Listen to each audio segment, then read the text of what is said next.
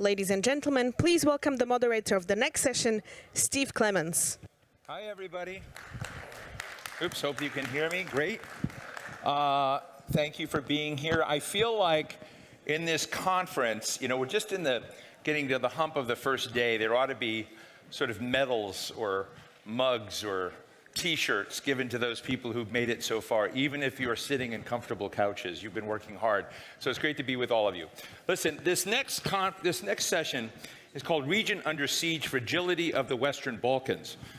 And I think one of the elements, we're going to have a fascinating and important consequential speaker on this subject. But I think one of the dimensions you'll find in this conference, whether we're talking about the Middle East, whether we're talking about Asia, whether we're talking about Ukraine and Russia, is there is a global fragility out there. But one of the most important sets of tectonic instabilities has long been in the Western Balkans, and we're going to hear about what ingredients it takes to generate stability and what the threats to that stability may be. So without further ado, please welcome our special guest, Rama, Prime Minister of Albania. Prime Minister Rama. I did tell him that I'm very jealous of the shoes he's been running, because I've been running from all the stages today in these shoes that are not comfortable at all. And he just said, they're really cheap, I can get them out on the street. So, Mr. Prime Minister, great to see you. And you did tell me about the shoes. No, I said you can get, not me. No, I said, yeah, I could get them. Mr. Prime Minister, let me just start with the topic that we have here, which is about stability in the Western Balkans. This has been a long-running point of concern in many of the GLOBSEC sessions that I have participated in. Let me just ask you, what are the big drivers of instability at this moment? And what do you think the region is getting wrong and the surrounding region is getting wrong that it needs to better understand?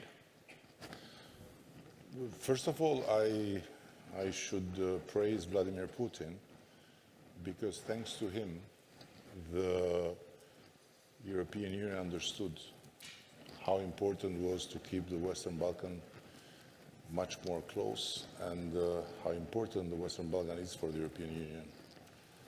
So it's unfortunate that we needed Vladimir to make it clear in the hardest and in the most criminal way, but this was helpful. But isn't that a real problem when I notice this in the transatlantic relationship with NATO as well, that before the invasion of Ukraine, there were people out saying NATO has no purpose anymore, but then after if you have a threat-driven perception of the world, is that healthy? No, talking about the European Union, I must tell you that there were a lot of people in the Union that were not at all believing in what they repeated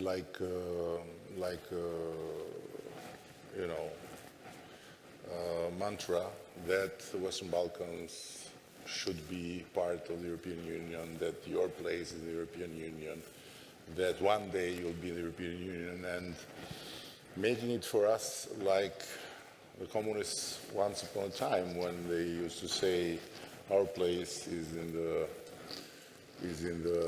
earth paradise, the red horizon is there for us, one day we'll reach.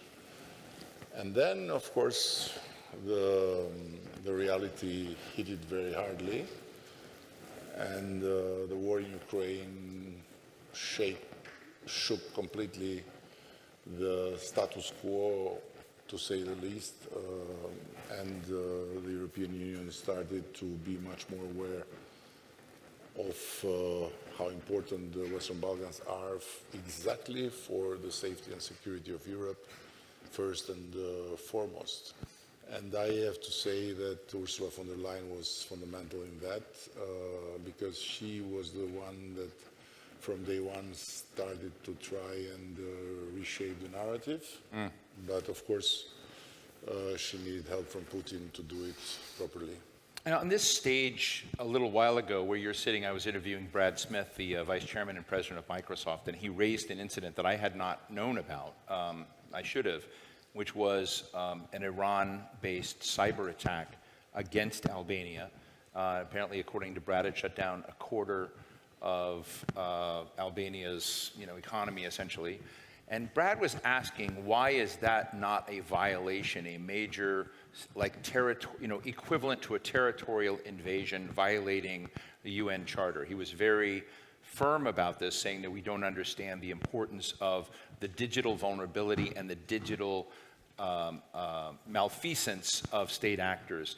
And I want to ask you this about Albania, because Albania is looked at as part of the stability equation in the region.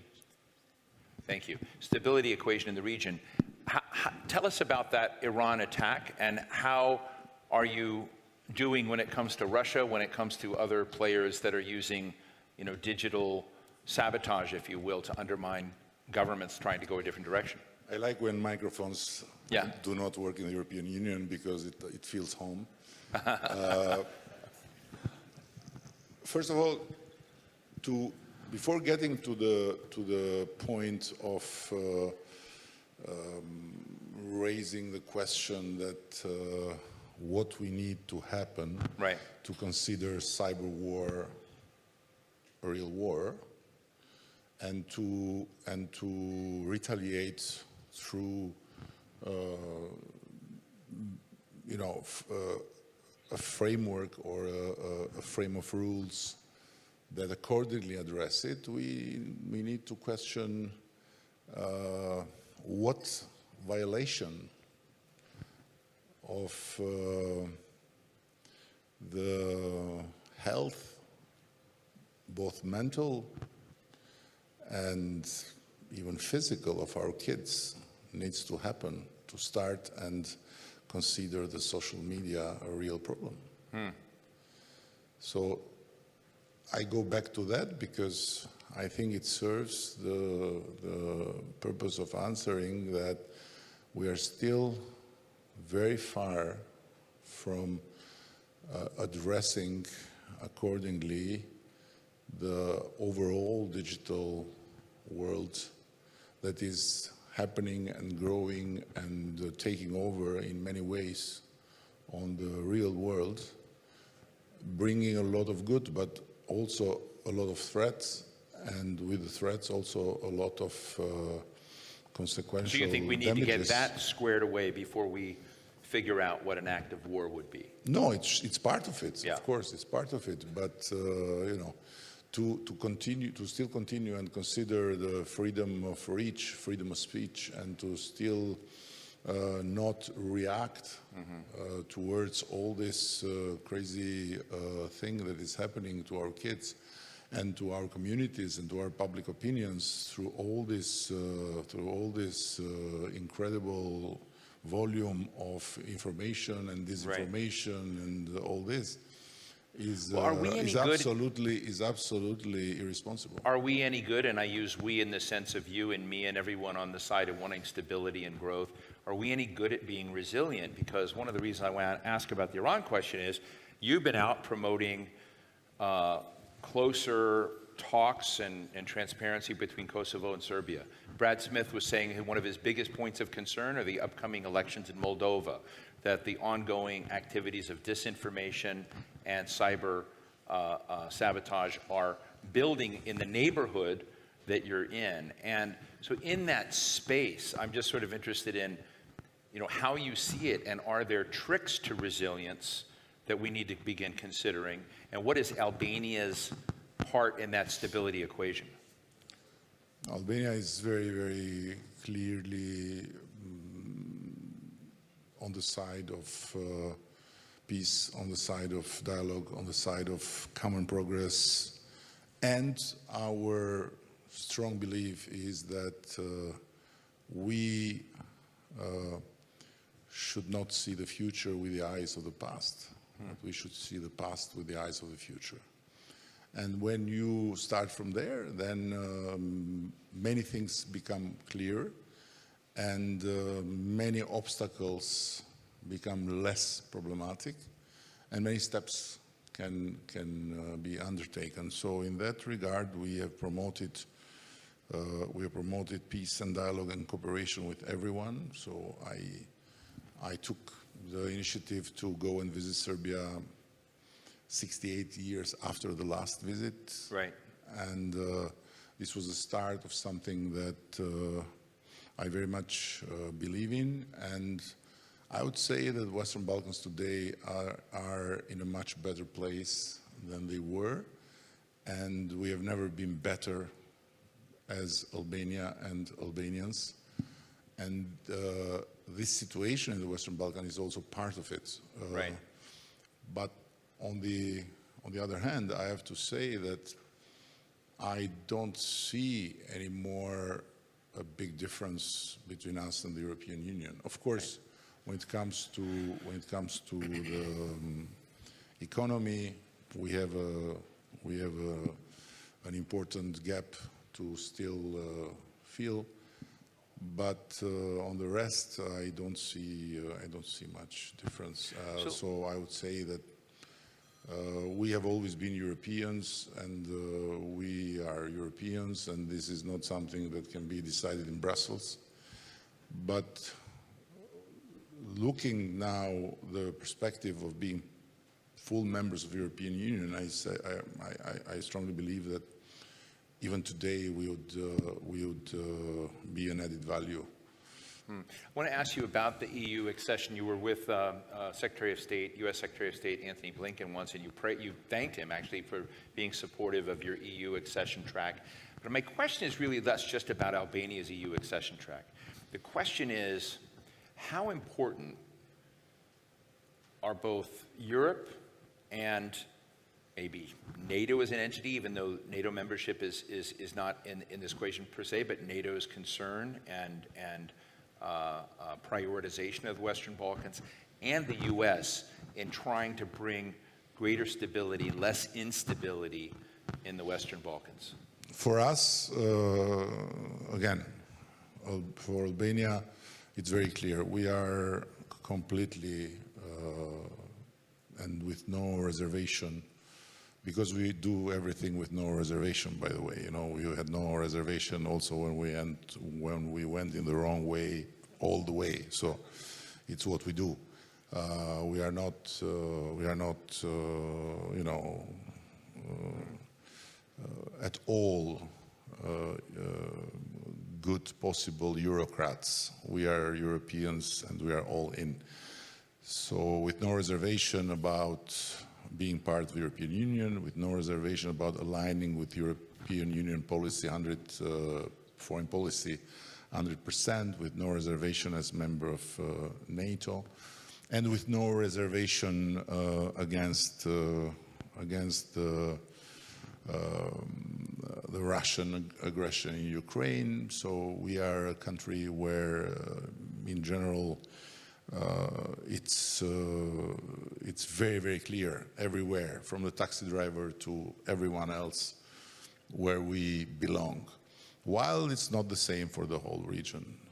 You know, in Albania, Vladimir Putin popularity is between 1 point something to 1 point something else %. While there are countries in the region where Vladimir Putin is much more popular than Joe Biden or Kamala Harris even, you know. So the thing is how to bring all this club, all this neighborhood together, to keep it together, and to integrate it fully in the European Union, which means to integrate it fully with the European values and principles, but also with the European Union and, of course, Euro-Atlantic way of looking at the foreign relations. And this is not an easy task. I'm going to ask our friends in the back just to give us a few more minutes, since we started a little bit late. We started with 15 minutes. I'm going to need a few more because I do want to get some Slido questions in. When you organize meetings with Balkan people, you have to make them longer. Because, get a few more minutes, yeah. Because, well, I want to ask you, I mean, there's one question I really want to ask, but then there are other questions I have to ask. But the one I really want to ask is, you have a reputation which is really interesting, and I want to learn from it. I think a lot of people, which is, you're known for having developed, you're the head of the Social Party, a very good relationship with many members of the Trump team when he was president, and with the Biden team. and you seem to be able to handle them from both sides. A lot of people would like to learn that skill. We have an election coming up back again with the former president. You've got Jared Kushner interested in developing a very prime piece of property in beautiful Albania, but you're also going to potentially have a successor to Joe Biden coming in. How do you, I don't want to make this about America, but I do want to make this about how do you navigate such interesting global personalities who probably significantly dislike each other, but somehow you're the centerpiece? Listen, I grew in a communist time under a ruthless communist regime. We were North Korea of Europe, and communists used to say the friends of our friends are our friends. The enemies of our friends are our enemies. And sometimes I see this also being the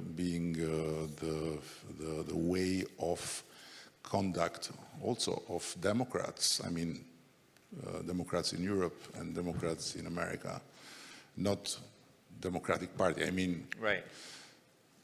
I don't believe in that. I don't believe that in the picking winners and losers in that way your friends. And on the other hand, I'm maybe the tallest prime minister around, but I'm very aware that I don't represent a very tall country. So Albania is a small country. We need friends. Do you like Jared Kushner's? We need friends, and we have to deal. For example, you talk about and by the way, to make it more clear, I'm friend with Jared and Alex Soros.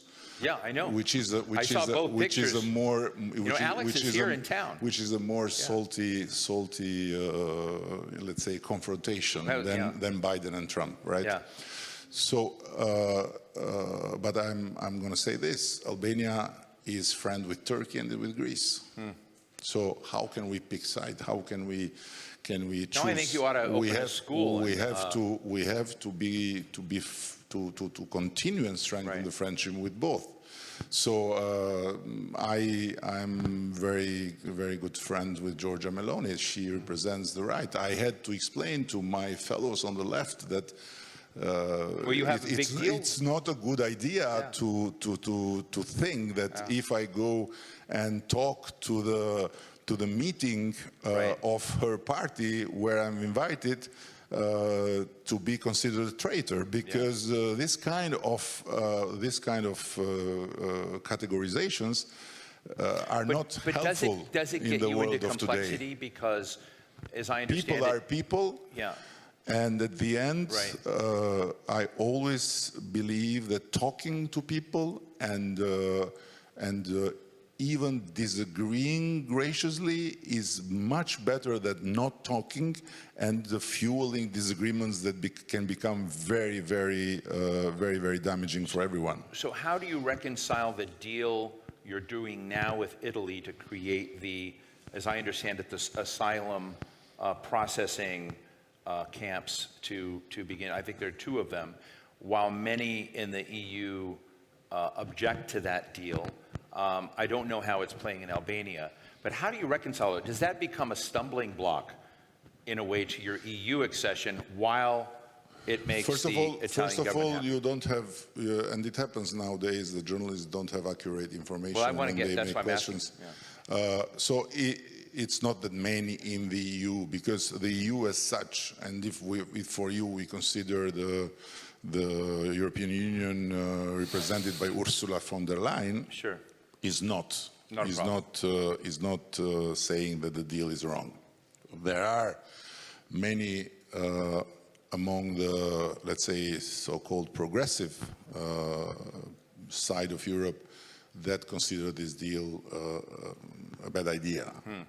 And you ask me now how I can reconcile all that. It's not for me to reconcile, but for me is simply to be useful to friends, and for Albania is to be useful to friends. So if friends ask, you have to be there for them, and you don't need necessarily to agree 100%. So, you know, we have gone in wars together, wars that we didn't choose. Sure. You choose. And we came with you, and we didn't question that, and we don't question that because this is how it should be.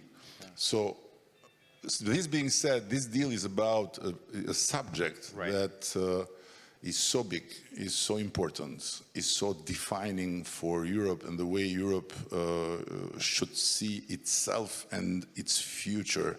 I am talking about the problem of immigration, that to transform it in a quarrel between left and right, and to transform it in a never-ending conflict within Europe itself, shows first that while this problem is a problem of all Europe and is a European problem, Europe is not ready to act as one. And second, that instead of tackling the problem, it's much easier to, again, build the daily life in a party politics that do not bring anywhere. Right. So we got about a minute left, unfortunately, but let me get at least one or two Slido questions in. Let me ask you just real quickly, has Russia made any concerted efforts to undermine you or your government in recent times?